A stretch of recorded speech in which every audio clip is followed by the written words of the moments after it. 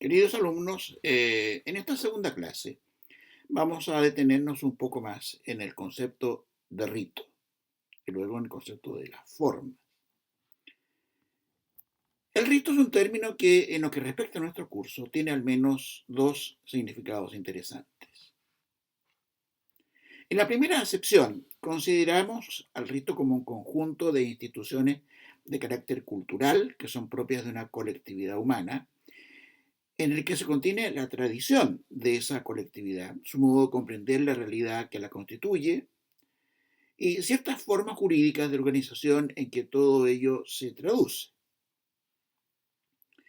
Así, por ejemplo, la tradición del cristianismo de Oriente, que lleva la impronta de Grecia y de los padres griegos, ha dado origen a un rito en este sentido que representa una determinada forma de entender y vivir la fe común a todos los cristianos, de lo cual han surgido liturgias que poseen determinadas características propias y diferentes de las de la Iglesia latina, y ciertas son instituciones jurídicas y de gobierno eclesiástico.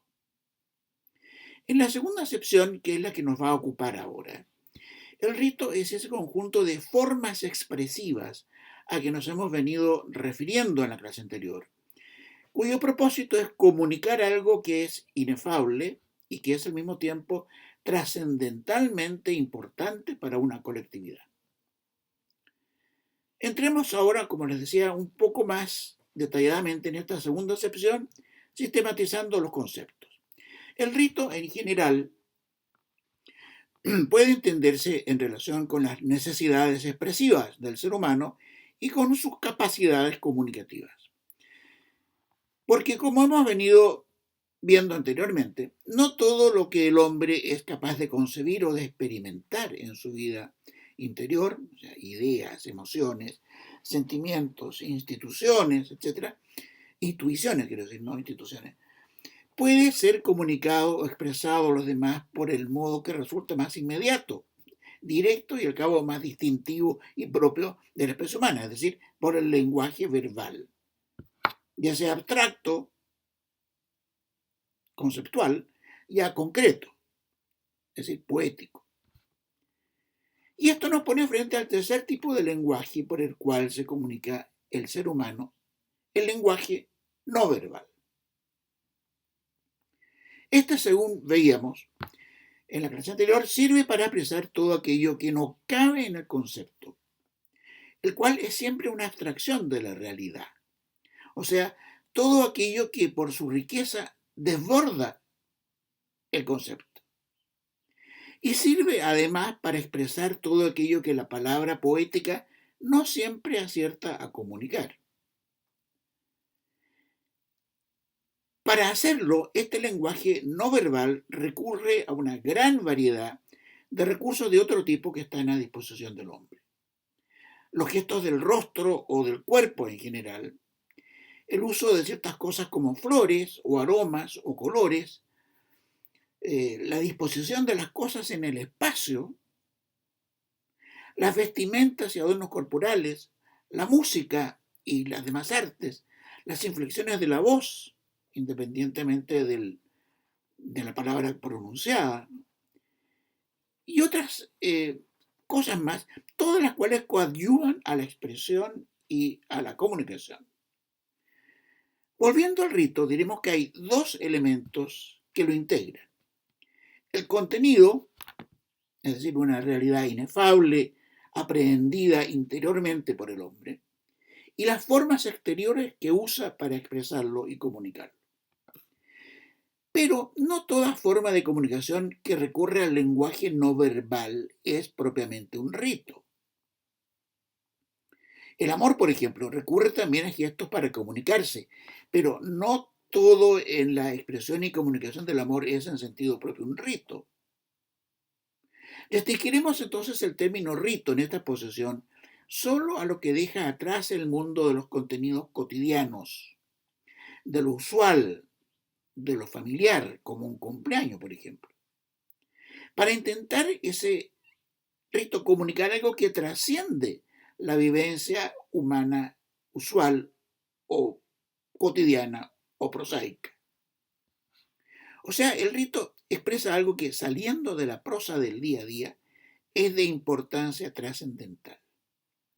Pero hay más. Todo rito tiene siempre una dimensión colectiva, porque el hombre es esencialmente un ser social. Existe propiamente un rito cuando éste está referido a lo inefable y trascendental en la vida colectiva. El rito es algo que se vive y se realiza colectivamente. Como modo de expresar y comunicar lo inefable y trascendente en la vida colectiva, el rito exige una particular solemnidad en su realización. Exige además el cumplimiento minucioso de una serie de actitudes y exterioridades ad hoc, claramente diferenciadas de las reglas de comportamiento diario y de los usos y costumbres sociales corrientes, como el saludarse y el uso de los cubiertos en la mesa, como yo les decía. Exige además alejarse necesariamente de lo cómico o lo familiar o lo simpático o de otras emociones parecidas que no convienen a la comunicación de lo trascendental y de lo sublime. Lo sublime no tiene nada que ver con lo cómico, por ejemplo. Exige, además, la realización de acciones inusuales, de comportamientos y gestos reservados exclusivamente para estas ocasiones y estrictamente pautados ante sus menores detalles. Piensen ustedes, por ejemplo, en que el saludo común y corriente es darse la mano, pero el saludo en la liturgia, en la misa, es el Dominus vobiscum. Es una forma ad hoc reservada exclusivamente para ese momento. Ahora bien, en el orden de lo inefable hay una amplísima gama de realidades que comunicar y es posible reconocer en ella casi intuitivamente una jerarquía más o menos clara. Mientras más alta y sublime es la jerarquía de la realidad que ha de comunicarse, más pautado, estricto, regulado y solemne es el rito. Por eso cuando el rito se refiere a lo sagrado, exige la observancia de un comportamiento acorde con el misterio propio de lo sacro. Un comportamiento que se expresa lo que en inglés se denomina awe, A-W-E, que se pronuncia O. Concepto que procurábamos anteriormente describir como sentimiento de asombro, de admiración y de temor reverencial ante lo inmenso, lo maravilloso y lo que supera nuestra capacidad de comprensión. En la comprensión y comunicación de semejante sentimiento, no es concebible, como les decía, una actitud ritual que sea principalmente aleatoria, entregada a la improvisación, a la elección que en el momento hace el que está realizando el rito. Una acción desregulada, informal, casual. Por eso, la falta de apego a una norma objetiva de expresión, vestimentas, gestos, objetos e instrumentos, largamente vigente, decantada, ¿no?, es indicación de que falta la actitud requerida por el rito o señal clara de que se está corrompiendo o que ya está corrompido.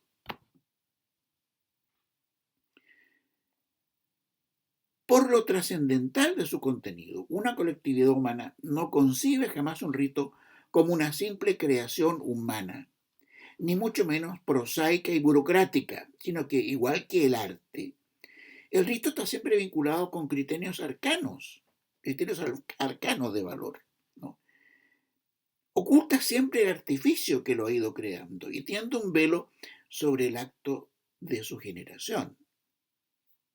Además, en relación con esto último, con su origen, ¿no?, el rito comunica que la colectividad está conectada, con conexión vital con su pasado, con la historia y quizá más todavía, con el origen de todo, con una cosmogonía, ¿no?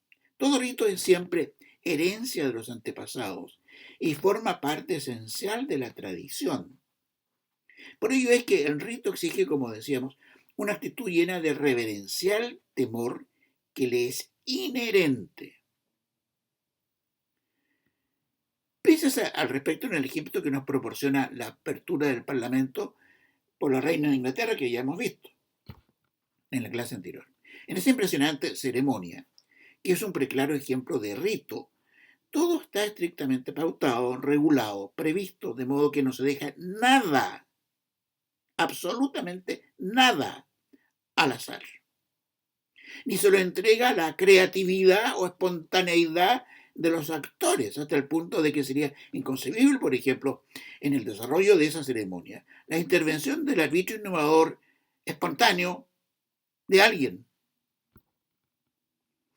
o la alteración de cualquier detalle, por pequeño que fuere. Y la razón de ello es que esa ceremonia, la apertura del Parlamento, refiere plásticamente el origen mítico del sistema político inglés. La gloria de que ese origen está rodeado, la tradición venerable que él encarna. Bueno, todo esto tiene una particular importancia en el rito religioso que se refiere al misterioso mundo de lo luminoso, ¿no? De lo awe-inspiring, sería en inglés. En el rito religioso hay un aspecto que se destaca mucho más que en los ritos civiles, que es el siguiente. El rito religioso no es jamás enteramente comprensible conceptualmente. Lo sagrado oculta su deslumbrante presencia al ojo prosaico, inquisitivo, de talante científico, analítico, crítico.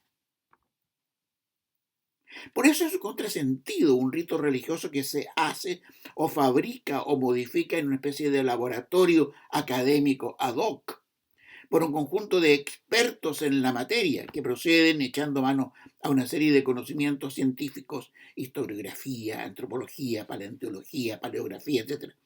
Y a una serie de elementos que pueden incluso ser de grande y venerable antigüedad. Ese rito, un rito así, nace ya destituido de esa esencial capacidad de religar al hombre con el pasado, con el origen, con lo trascendente. Un rito religioso que lo explica todo o cuya creación o aparición es perfectamente inteligible, ¿no?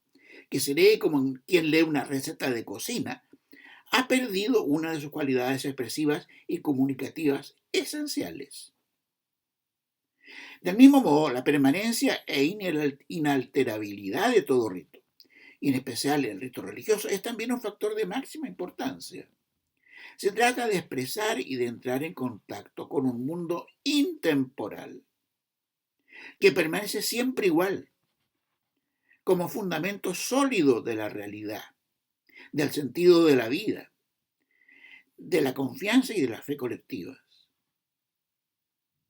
Y esto significa que jamás un rito se pone al día. El rito no se ayorna para sintonizar con los hombres del presente, sino que la realidad inefable y trascendente que ese rito comunica exige que sean los hombres quienes se pongan a tono con él, mediante un proceso de iniciación o aprendizaje que incluye una explicación, un componente, podríamos decir, didáctico o pedagógico. Todo rito es siempre en alguna medida iniciático, desde este punto de vista. Es decir, exige aprendizaje por parte de quienes lo ejecutan y de quienes lo observan. Un aprendizaje que exige principalmente más que una exposición verbal, la participación en el rito, estar ahí presente, mirando. Por otra parte, por su intemporalidad, el rito sagrado une también al hombre de hoy con los hombres del futuro, estableciendo una ligazón que supera los límites de la vida humana en el tiempo y descubriendo una realidad que la supera infinitamente. Como puede verse, la tradición y el largo transcurso del tiempo son elementos que tienen decisiva importancia en la configuración del rito. En esta misma línea se entiende que la lentitud en el desarrollo histórico histórico del rito es esencial, como lo es también la lentitud en la ejecución del rito en cada ocasión en que éste se lleva a cabo. No es solemne lo que aparece en escena de un día para otro, lo que es inventado de un día para otro, lo que nace precipitadamente, como tampoco lo es lo que se hace a la carrera, lo que transcurre en un santiamén, lo que adquiere el ritmo acelerado de un dibujo animado, por ejemplo. Lo que el rito comunica exige paladeo, una contemplación morosa, un transcurrir reposado y grave, tanto a lo largo de los siglos como en el momento en que se lleva a cabo. Todas estas exterioridades concretas o formas solemnes que un rito emplea para expresarse o comunicar su contenido, nos permiten colegir la importancia de la realidad a que el rito se refiere, su naturaleza, su riqueza, su inefable complejidad. Un rito que no logra expresar y comunicar todo esto es un rito frustrado. En suma, intentemos aquí una conceptualización, ¿no? El rito es, en su acepción más amplia, un conjunto de expresiones externas, tanto verbales como no verbales, como ceremonias, gestos, acciones, usos, elementos visuales, auditivos, etc., que tienen como finalidad comunicar, en parte al menos, un determinado contenido inefable y trascendental para la colectividad. El rito religioso se diferencia de los demás ritos por referirse al mundo misterioso de lo luminoso y exige que las características generales del rito que hemos descrito, ¿no?, sean extremadas. Aquí yo, antes de pasar a la segunda parte, les pediría que vean los dos videos, el número 7 y el número 8. El primero, el número 7, se refiere a una misa pontifical celebrada por Monseñor Pozzo en Alemania, en un lugar maravilloso. Y el video 8 es una comparación entre el rito antiguo y el rito nuevo en la Iglesia latina.